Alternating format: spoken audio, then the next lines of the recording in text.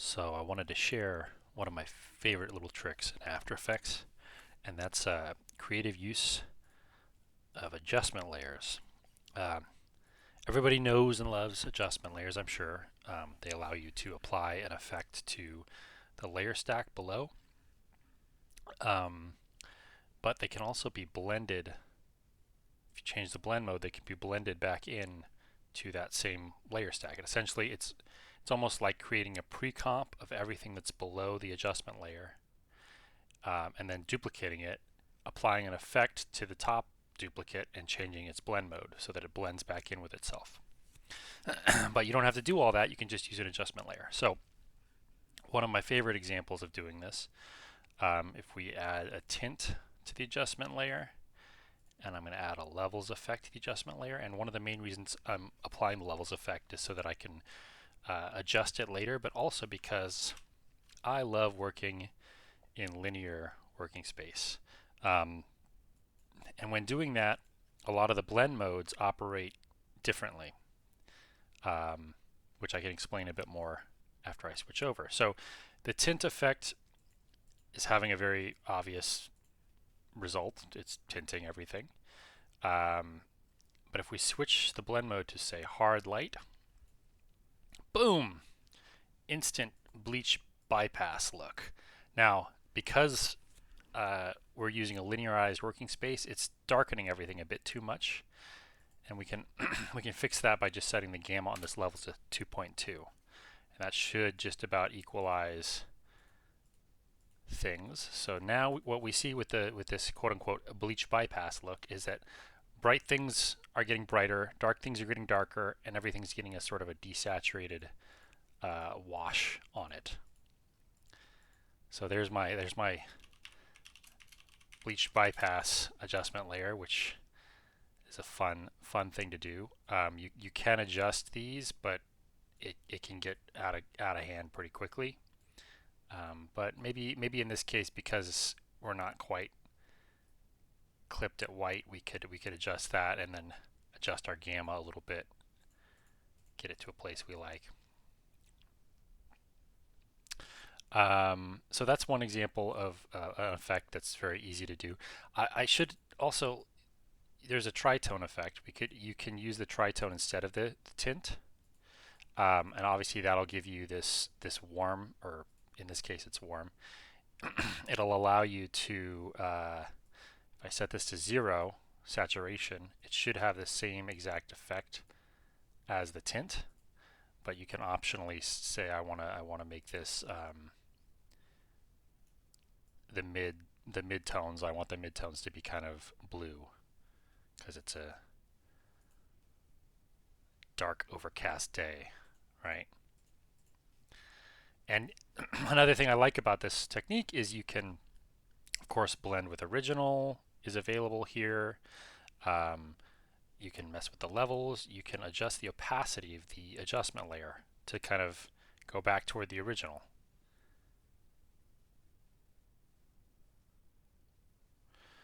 Woohoo!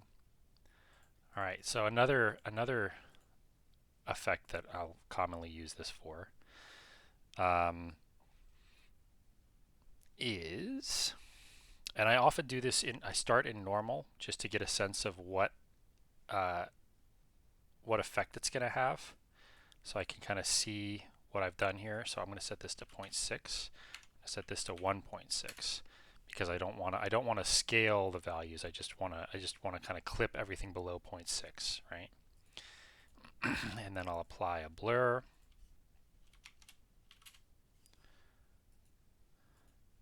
And we can set this one to add. And in this case, it's kind of subtle.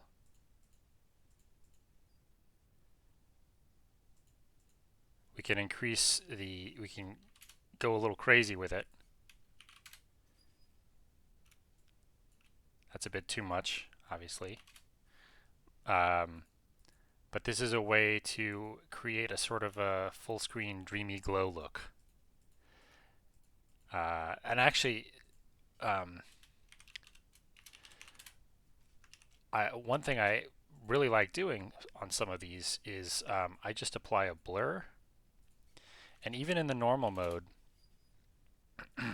This gives you a nice Vaseline on lens kind of look. If you just drop the opacity a bit,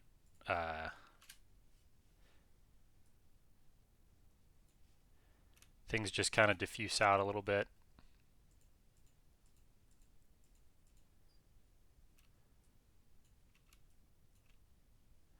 So that's even in the blend, even in the normal blend mode, you can kind of crossfade between that fully blurred version and the original, and it's nice. Nice. But by far my favorite one, and I don't know the best way to name this one. Let's call it Sexy Curves. So my favorite one of all time. We're still going to use that tint. We're still going to use levels, but we're also going to use a blur. I'll set this to 2.2 again. If I set this to soft light, so that's kind of a softer bleach bypass look immediately, which is cool. But we can also blur it a bit, which kind of softens that look.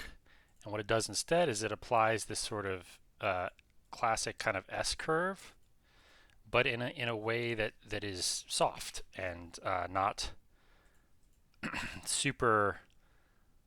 It doesn't. How do I want to put this? It operates based on the content of that already existed there. So dark colors again are going to get darker, light colors are going to get lighter, but we've softened the dark and light areas so that areas that are generally dark become generally darker, and areas that are generally light become generally lighter. So it has this nice. I've always to me it always makes the scene feel like it has a bit more depth to it. And again, you can mess with the tint. If I find I don't want to with the tint turned off, you basically get things become more saturated. You can also play with these to increase the contrast even more, and you can play with your blur to kind of get decide how soft you want the effect to be. But so another alternative here is actually to invert the output here on the levels, and what that'll do is sort of flatten the scene. So I don't know if I should call this sexy curves anymore. These are flat curves, but basically this is almost like you recover a lot of detail and flatten things out. So like the sky, we're seeing clouds that were hard to see before. They're still kind of hard to see, but they're there. This dark area here is being brightened up. So it kind of flattens everything out, and you can combine these. So let's do this one. We'll reset here, and we'll use a smaller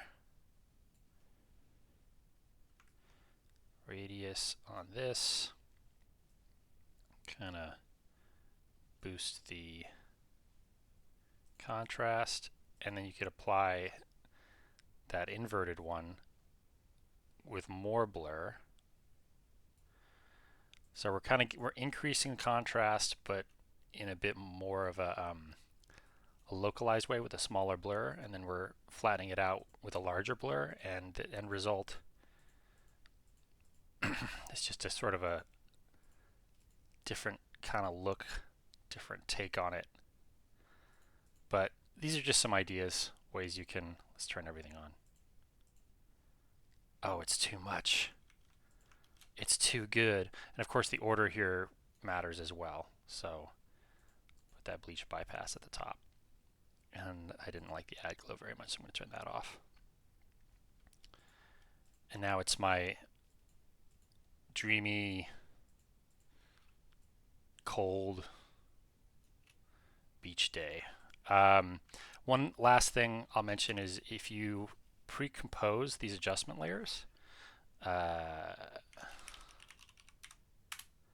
obviously it doesn't do anything now that it's in a pre-comp, but if you turn on continuously rasterize or collapse transformations, it's basically like having all of the adjustment layers in the same place, and you can, if you adjust the opacity here on it, it takes that all of the adjustments and kind of undoes them. And then you could reuse this adjustments comp across as many different compositions as you want. So that was my really long explanation.